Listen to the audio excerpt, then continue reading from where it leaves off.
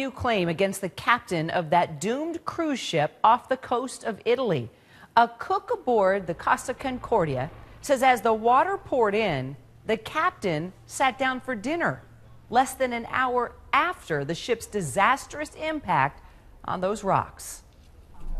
The captain insisted on having a meal at around 10:30. He arrived with a woman who I didn't recognize. I did wonder, though, what the captain was doing. Why was he still there? Anyway, we gave him his drink. After that, he was also still waiting for the dessert to be served to the woman he was with. Dan Rivers, following all the latest developments, he's joining us from Giglio Island. Dan, what are you hearing? What have you been able to find out about these allegations? He might have been involved with a romantic dinner while all hell was breaking loose.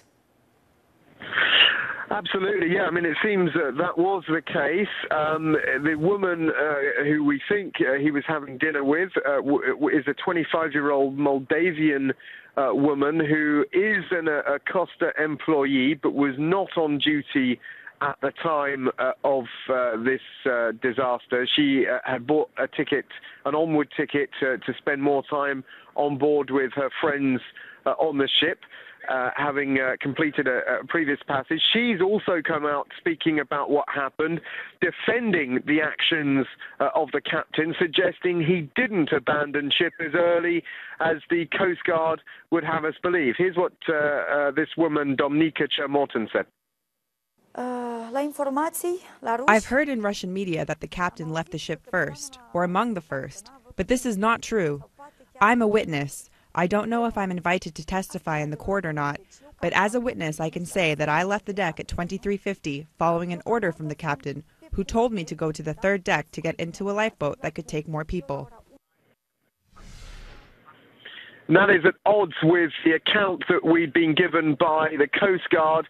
You'll remember those recordings earlier in the week where the Coast Guard was berating the captain, ordering him several times to get back on the ship after he told the Coast Guard he got off into a lifeboat and that there were still people aboard.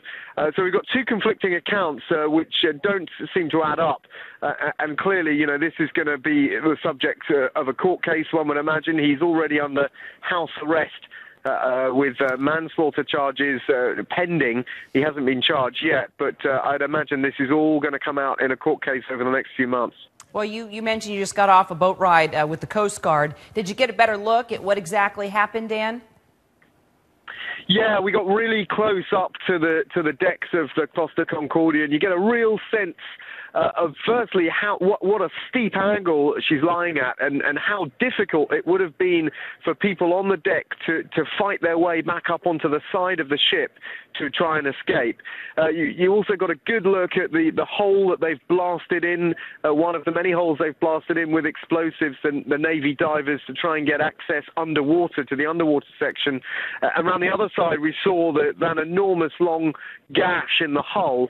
It's about 70 meters, well, it's almost 200 feet long, and there's a huge lump of rock embedded in the hull that's about the size of a small car, and that gives you just a real sense of what force it hit the rock, and just how quickly the water must have been pouring in under the waterline, perhaps unknown to the captain, which might explain why he continued to sit there and have his dinner, but the water was pouring in. It must have been by the size of that hull. And that's why the ship ended up lifting over so dangerously and then eventually tipping over completely.